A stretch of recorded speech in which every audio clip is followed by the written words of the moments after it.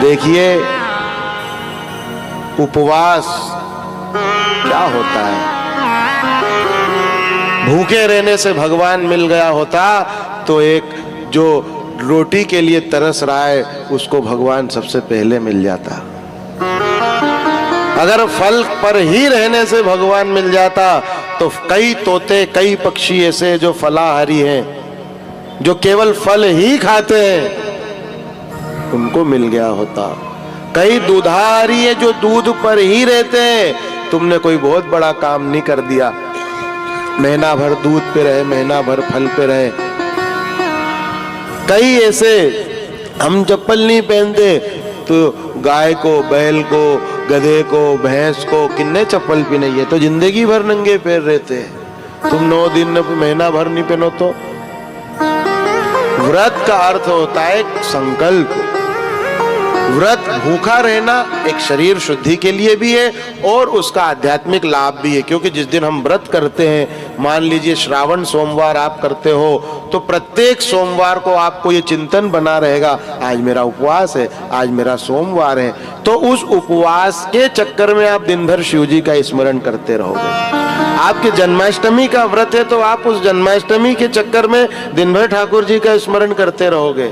आपका राधाष्टमी का है तो दिन भर हमारी लाडली किशोरी का चिंतन करते रहो।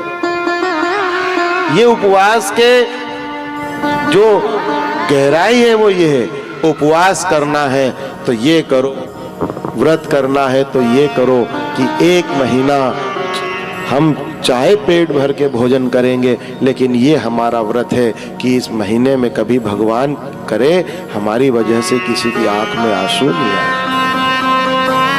ये व्रत करो। हम बुराई नहीं करें, हम किसी की निंदा नहीं, हम चुगली नहीं, किसी का घर नहीं फोड़ेंगे, किसी की बदनामी नहीं करेंगे। ये व्रत ज्यादा काम का है। और जब ये व्रत आप लोगे तो फिर देखना आपके अंदर धीरे धीरे धीरे धीरे धीरे धीरे धीरे ऐसी वृत्ति में सुधार आने लगेगा कि अभी तो आप महीना भर के लिए व्रत कर रहे हो, 2 महीना के लिए आपने संकल्प लिया। धीरे धीरे जब हम करते हैं किसी काम को बार बार बार बार बार बार तो वो हमारा स्वभाव बन जाता है। ऐसे ही जब आप 1 महीना किसी की बुराई मत करना, किसी को गलत मत कहना, किसी को रुलाना मत, बने तो जितना सबको हंसाना, खुशियां बांटना, ये धीरे धीरे करते रहोगे तो ये एक दिन आपका स्वभाव बन जाएगा। और जिस दिन ये स्वभाव हो जाएगा उस दिन आप फिर ये साधारण नहीं रहोगे, उस दिन आप संत हो जाओगे। क्योंकि संत का हृदय नवनीत समाना, संत हृदय नवनीत समाना। मक्खन कैसा होता है, जैसे ही आपने गरम कढ़ाई में डाला वैसे ही वो पिघलने लग जाता है। संत का स्वभाव क्या होता है, जैसे ही उसने दूसरे के दुख को देखा वैसे ही उसका हृदय पसीजने लग जाता है, पिघलने लग जाता है। तो ये कब होगा, जब कछु काल करिए सत्संगा।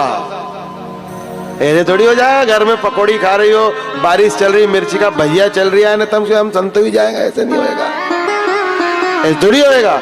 जब कछु काल करिए सत्संगा, आपको सत्संग करना पड़ेगा, आपको किसी श्रेष्ठ महापुरुष संत के चरणों का आश्रय लेना पड़ेगा, तब जाके